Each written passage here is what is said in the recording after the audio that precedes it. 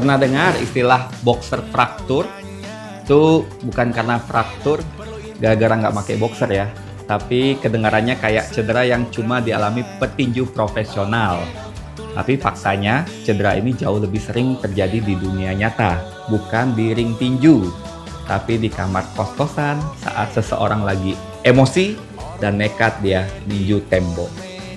Di video kita kali ini, kita bahas tuntas apa itu boxer fraktur, gimana bisa terjadi, apa gejalanya, cara penanganannya, sampai tips-tips biar kamu nggak ikut-ikutan kena cedera ini. Karena gara-gara pelampiasan, kita mengalami patah tulang. Jangan sampai. Yuk kita mulai. Ku mau tanya, oke dong. Perlu informasi, oke dong. Seru programnya, oke dong. Tulang dan sendi, oke dong. Aku nonton oke dong. Ortopedi, komedi, dan edukasi, oke dong. Boxer fraktur adalah patah tulang pada leher tulang metakarpal 5, yaitu tulang di bawah jari kelingking, dan kadang juga melibatkan metakarpal 4, yaitu tulang di bawah jari manis. Jadi ini bukan cedera di pergelangan tangan, tapi di dalam tulang di bagian atas yang langsung terhubung ke jari. Nama boxer fraktur muncul karena dulunya sering dialami petinju. Tapi dalam praktiknya, kasus ini jauh lebih banyak terjadi pada orang awam yang meninju benda keras atau benda tumpul tanpa pelindung tangan.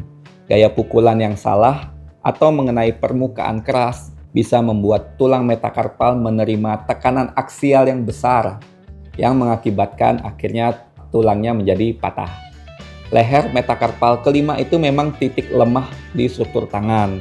Saat tangan dikepalkan, area itu jadi ujung beban dari setiap pukulan.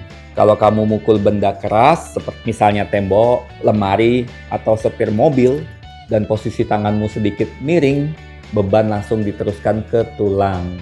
Beda kalau kamu mukul pakai teknik yang benar, posisi pergelangan lurus dan tenaga disalurkan melalui knuckle utama. Tapi karena banyak yang memukul dengan posisi salah, jadilah cedera ini sering muncul. Bahkan kasus paling banyak bukan karena latihan tinju, tapi karena ledakan emosi. Gimana tahu tanganmu cuma kesleo atau udah patah?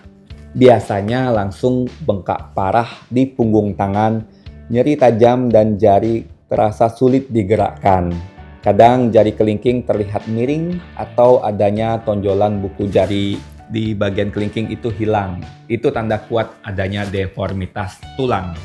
Kalau kamu coba genggam, posisinya nggak simetris atau malah jari jadi nyelip, itu tanda sudah terjadinya fraktur. Jangan dipijat atau jangan dipaksa untuk diluruskan, karena di sekitar tulang metakarpal ada pembuluh darah saraf kecil yang bisa ikut rusak. Nggak selalu, kalau sudut patahnya masih ringan, biasanya di bawah 30-45 derajat dan tidak ada pergeseran rotasi, tanpa operasi bisa. Caranya dengan ulnar gutter splint biasanya dipasangkan, yaitu bidai khusus yang menjaga posisi jari manis dan jari kelingking agar tulangnya menyatu dengan benar.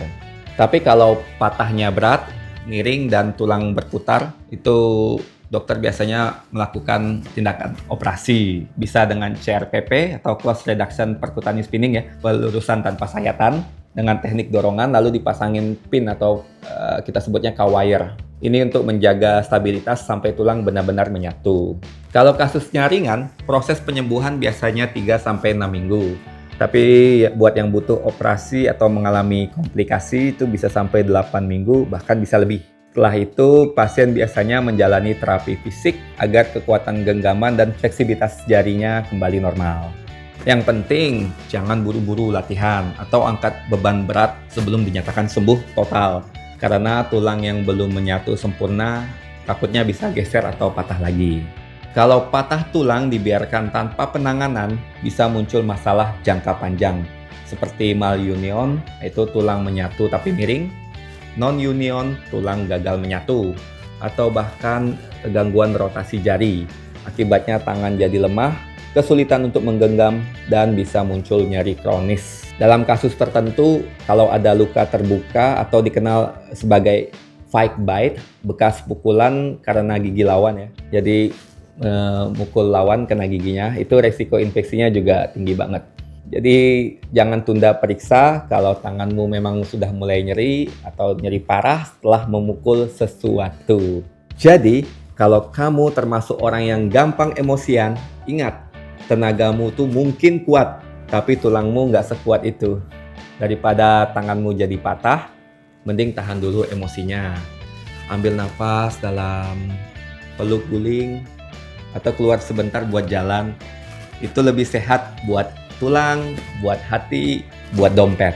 Jadi kesimpulannya, boxer fraktur bukan cuma cedera petinju, tapi bisa terjadi ke siapa saja yang salah target waktu emosi. Jaga tanganmu karena genggaman yang kuat butuh tulang yang kuat. Kalau kamu punya pertanyaan soal cedera tangan, tulang, atau sendi, tulis saja di kolom komentar.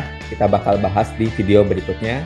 Jangan lupa like, subscribe, dan aktifkan lonceng notifikasi supaya nggak ketinggalan update terbaru dari Okedok TV.